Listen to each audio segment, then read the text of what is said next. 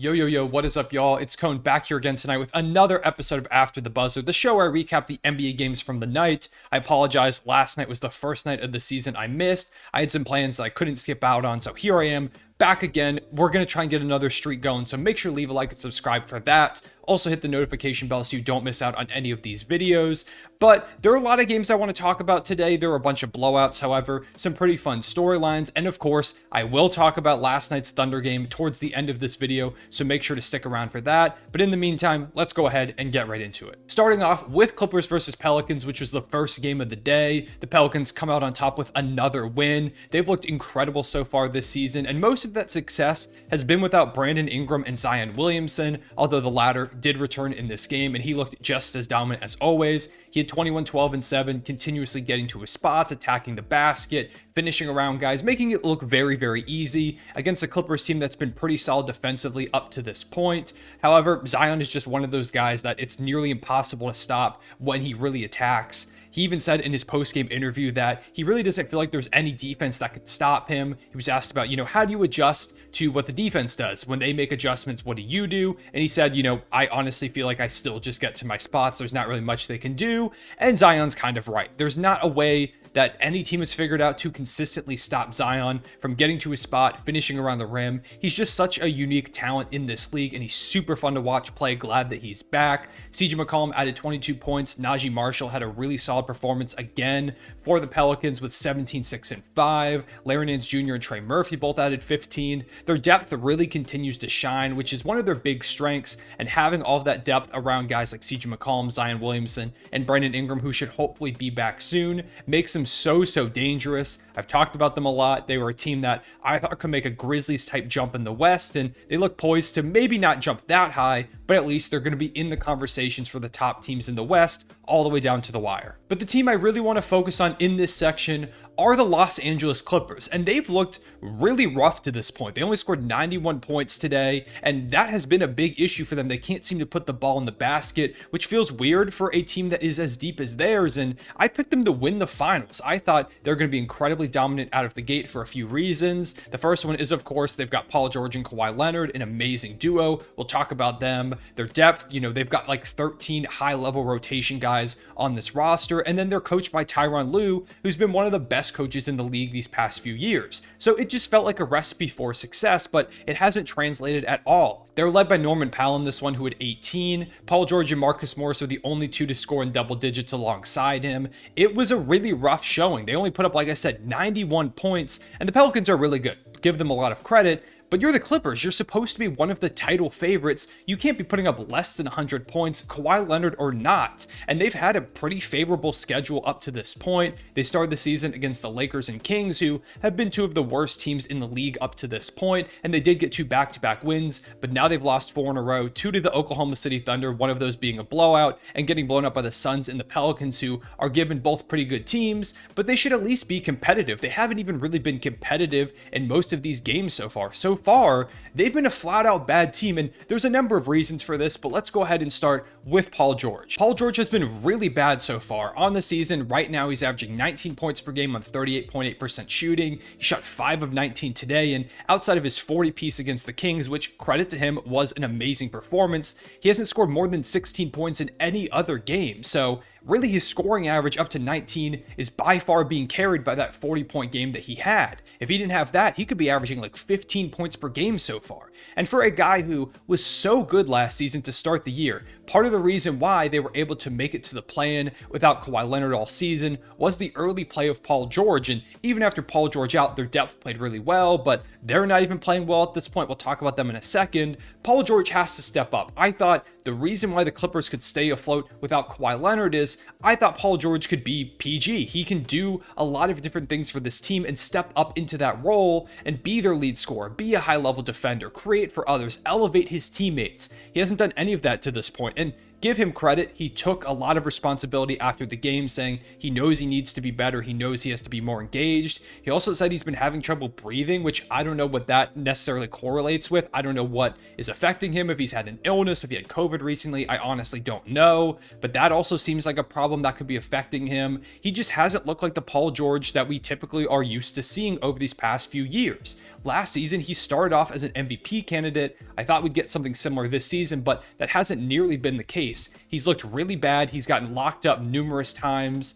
It just doesn't feel like he's got it so far. Then there's his superstar partner in Kawhi Leonard, who looked really good against the Lakers in limited minutes. He looked like the Kawhi Leonard of old. And then against the Phoenix Suns, he didn't look as good. But, he's coming off of major injury. There's plenty of time for him to build his momentum up over the coming games, except he hasn't played since then due to knee soreness in that surgically repaired knee, which is not a good sign for a guy coming off of a major injury. I thought he might rest, like the second half of back-to-backs to start the season, but he came off the bench, he had a big minutes restriction, and I'm sure Kawhi Leonard's going to be fine. Like, he's still going to play some games here and there, but the question is he going to have time to build chemistry with these teammates? Is he going to have time to ramp up before the playoffs? Because you can't just go into the playoffs after having played like 30 games with new teammates that you haven't played with in like a year and kind of expect it to work out. Not in this current NBA where it feels like it's more talented than ever. You've got to have time to build together that chemistry, and last year they survived without Kawhi Leonard because PG, when he was playing like an MVP candidate, and their role players were playing well, which they haven't up to this point.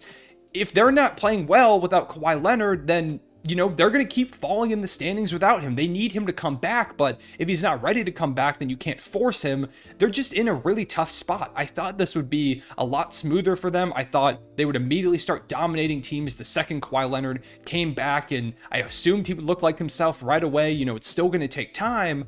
But the Clippers haven't looked nearly as good as I thought they would. And a big reason for that has been their offense up to this point. Their defense has looked good. They're the 7th ranked defense according to defensive rating through this early stretch of the season, which is great. If you're a top 10 defense, that's exceptional, especially, not having Kawhi Leonard, who is in theory a really good defender. Hopefully he's still up to that level when he does come back fully from injury. But you're doing a good job on that end. However, offensively, they've been abysmal. They are dead last in offense. They're only scoring 100.7 points per game, which is about 4 points worse than the Lakers, who are one of the worst shooting teams of all time. That's how bad they've been offensively. And a lot of that comes from the fact that they look really disengaged and lazy. They're not really paying attention to what they're doing. They're kind of just throwing the ball around, which I don't anticipate from a Tyronn Lue team, because last year they had so much heart, so much effort. They were missing Paul George and Kawhi Leonard for most of the season and still won so many games. They had so many massive comebacks. That comeback against the Wizards where they were down like almost 30 points and came back and won.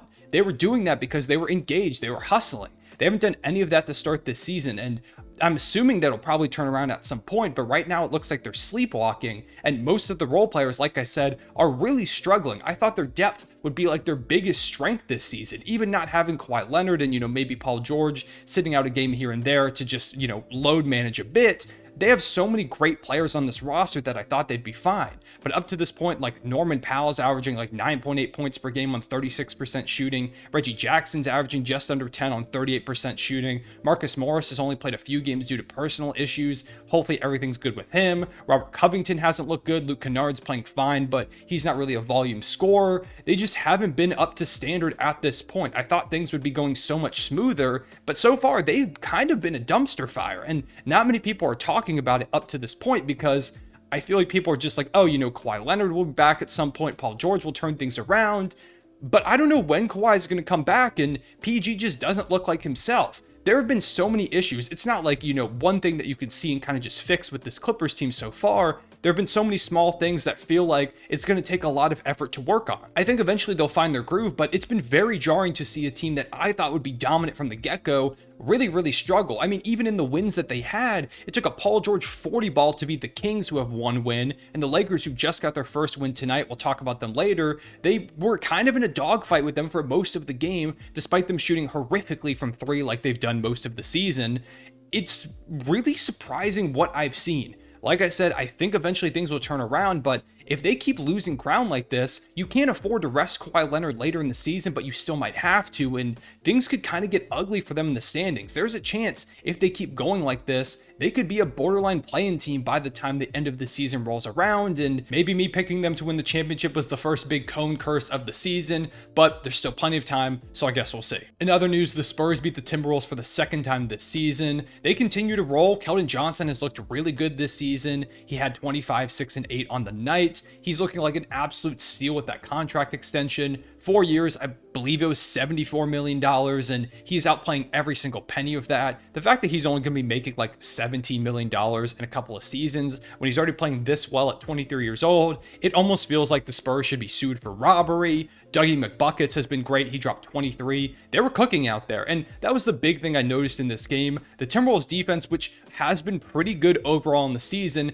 really struggled. They were missing rotations. They were playing lazy. It just looked like they had no sense of urgency, which is surprising for a team that has had one of the easiest schedules on paper up to this point and is sitting at just 4-3. They played the Thunder twice, the Spurs twice, the Jazz, the Lakers. You would expect that this Timberwolves team would be 7-0 if you just looked at the matchups on paper. However, they have not done that. They've been in a lot more tough games than they were supposed to be. And, sitting at 4-3, heading into a really tough part of their schedule, they have the Suns twice coming up, the Bucks, the Grizzlies, and the Cavs, all in their next 7 games. If they play like they have up to this point, they could be sitting easily below 500 after that stretch. This early stretch was supposed to be a runway for them to build momentum and get ready for those tougher matchups, but it looks like they're kind of just sleepwalking out there, which is very surprising. I didn't see it coming. In this game specifically, Anthony Edwards and D'Angelo Russell combined for 12 of 35 shooting. That was the big killer for them in this one. They weren't getting much out of their lead guards. Cat had a pretty good game. Gobert was all right, but all around, it kind of just feels like they're trying to figure out the offensive pecking order. When does he get the ball? When do I get the ball?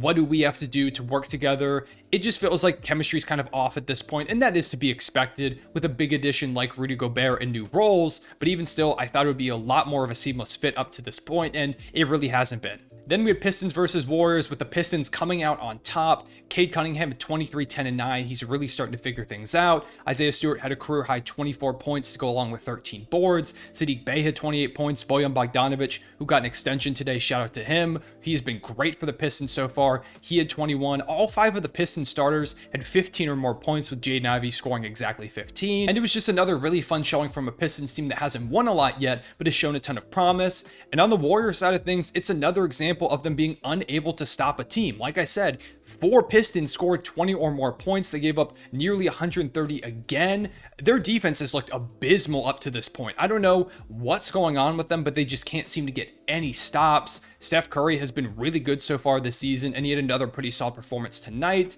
despite, he was really slow to start things off, and towards the end, he started to heat up, although at that point, the game was kind of out of reach. They've got to figure things out, back-to-back losses to the Hornets and the Pistons. If you're a championship contender, you can't be having that. I just thought, the Warriors are a team that has been together for so long. They don't really have much chemistry. They need to rebuild. We'll see for the Warriors, but up to this point, they've been one of the worst defenses in the league. Then we've got the Lakers versus Nuggets, and the Lakers finally get a win. They shot well from 3, 43.3%. Anthony Davis had 23 and 15, played pretty well against Nikola Jokic at the center spot. I'm glad he is finally playing center. It feels like it took him way long to commit to that. LeBron in 26, 6 and 8, and Russ, who came off the bench for the second time this season tonight, he played really well. He really seems to be enjoying and kind of thriving in that role. He had 18, 8 and 8. He led a run, I believe it was in the third quarter, to come back and establish a lead that they would then hold on to. The experiment has worked up to this point, letting him kind of be himself more. Maybe it's something they stick with. I'm just happy for Russ and happy to see him succeeding. And as a big fan of his, I will now be pushing the Russell Westbrook 6-man of the year agenda. The Nuggets, on the other hand, fall to 4-3. They look weirdly disjointed, which seems to be a theme in this video, is just disjointedness amongst these high caliber teams, or teams I thought would be high caliber. It still feels like they're figuring out who's supposed to score when. Jamal Murray shot 9 of 21 in this one. He's still trying to find his way. Michael Porter Jr. shot 5 of 15.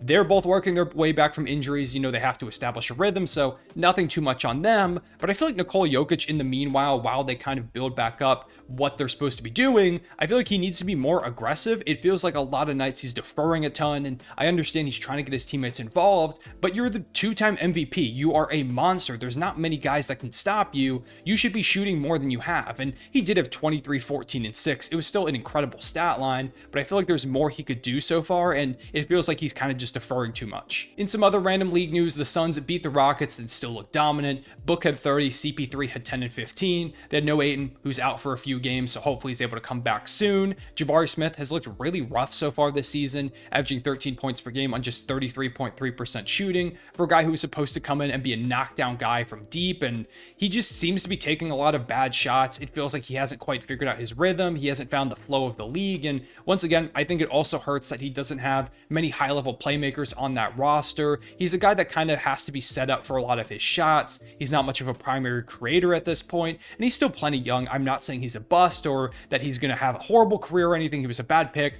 I'm just saying he struggled so far, and hopefully he turns things around soon. Donovan Mitchell continued to dominate in a win tonight over the Knicks. He had 38 points and 12 dimes, which I'm sure was hard for the Knicks front office to watch. Kevin Love also added 29 points. He has been phenomenal for them in these past few years, committing to that bench role. The Knicks played pretty solid for the first half, but really struggled and got destroyed in the fourth quarter. They just couldn't stop Donovan Mitchell and the rest of the guys. They've had a bunch of pretty solid performances up to this point, but it still feels like no one has established themselves as the lead guy. RJ Barrett felt like this might be his year to break out and become their leading scorer. He hasn't done that up to this point. He hasn't been super aggressive, and even when he has, he's not scoring very efficiently. Julius Randle still looks highly inconsistent. Jalen Brunson's probably been their best player so far, but he doesn't feel like a real number one option either. There's just a lot of things that the Knicks are still trying to figure out, and they fell to 3-3 after this L. Then you had Jason Tatum, Jaylen Brown, and Malcolm Brogdon each dropping 23 plus in a win over the Wizards. The Wizards just need more, honestly, from Bradley Beal. He's been fine so far, averaging 21 points per game on over 50% shooting,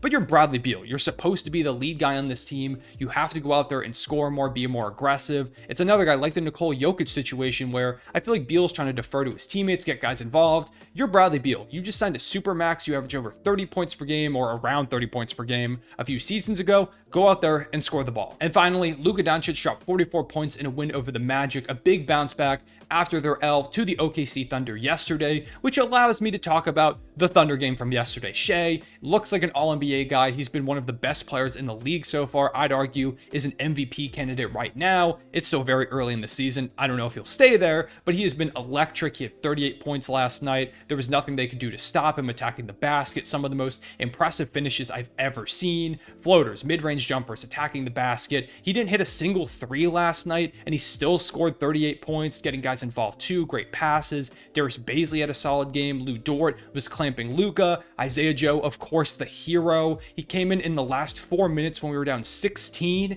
and he was able to lead us in a comeback. He had, I think it was the best plus minus by any player that played the number of minutes that he did. Just incredible stuff from him and from the team. I told y'all before the season, don't sleep on the Thunder. We're going to be a lot better than people give us credit for. And a lot of y'all laughed at me on that video, but so far I have been right. And we did that last night without Josh Giddey, who should hopefully be coming back soon. Jalen Williams looked great too, as it was just his second game, but his first full game after missing most of his first game against the Timberwolves after getting hit in the face. He was wearing a mask. He was doing everything offensively and defensively. He looked great. Just the whole team all around. Super proud of this squad. Like I said, we're a lot more competitive than people give us credit for, and I legit think we could be a play-in team this season. With all that being said, that's what I have to say about the games from tonight and the Thunder game from yesterday, because of course I had to talk about that. I appreciate y'all watching. Make sure to leave a like and subscribe if you enjoy, and hit that notification bell so you don't miss out on anything. As always, comment down below your biggest takeaways from tonight's games. What do you think about the Clippers, and how do you feel about your favorite team so far?